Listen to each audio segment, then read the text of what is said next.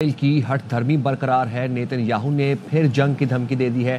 معاہدے کے بعد پہلے خطاب میں کہا اسرائیل جنگ بندی معاہدے کی خلاف ورزی برداشت نہیں کرے گا۔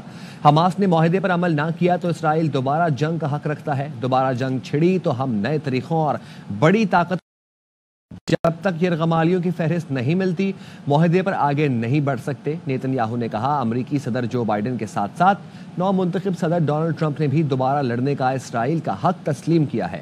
ہم نے مشرق وسطیٰ کا چہرہ بدل دیا ہے، حماس کو شکست خوردہ اور تنہا کر دیا، یمن میں حوثیوں کو جواب دیا اور براہ راست ایران کے خلاف کارروائی کی۔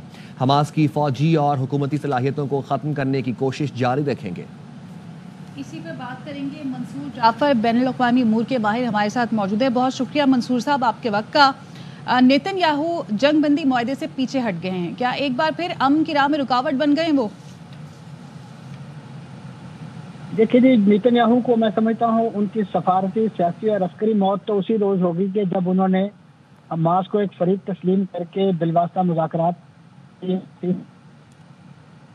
اس میں اپنے نمائندے بھیجے۔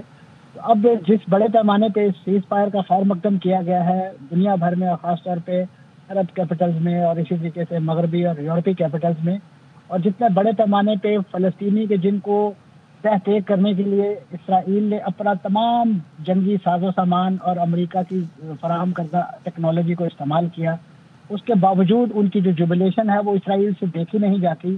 اور یہی وجہ ہے کہ اسرائیل آج بھی اس جنگ بندی کے معاہدے پہ امپلیمنٹیشن سے چند لمحے پہلے جو ہے وہ بیت حانون میں ان کے لڑاکا طیاروں نے بمباری کی ہے، جس کے نتیجے میں 3 فلسطینیوں کے شہید ہونے کی اطلاعات ہیں۔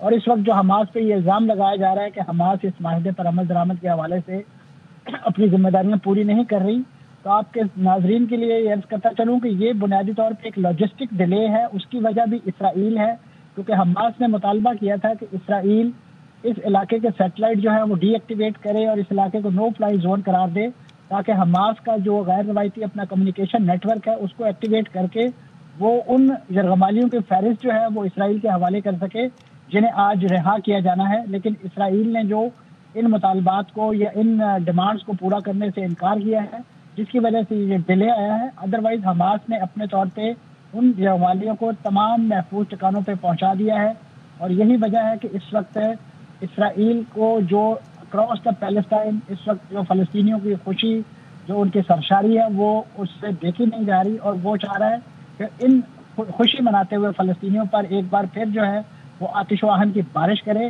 اس وقت غزہ کے سڑکوں پہ جو حماس کے زیر انتظام جو سیکیورٹی کے ادارے تھے جو ڈی ایکٹیویٹ ہو گئے تھے، انہوں نے اس وقت کنٹرول سنبھال لیا ہے، اور وہ تمام کے تمام معاملات کو جو ہے وہ اپنے اس وقت زیر نظر ہوئے ہیں، تاکہ یہ جو جنگ بندی کا جو مرحلہ ہے، جو سیز فائر کا مرحلہ ہے، اور یہ یرغمالیوں کی رہائی اور اس کے نتیجے میں فلسطینی قیدیوں کی رہائی ہے، وہ افیکٹولی اور اسموتھلی ایز ایگریڈ اپون اس پر عمل کیا جا سکے۔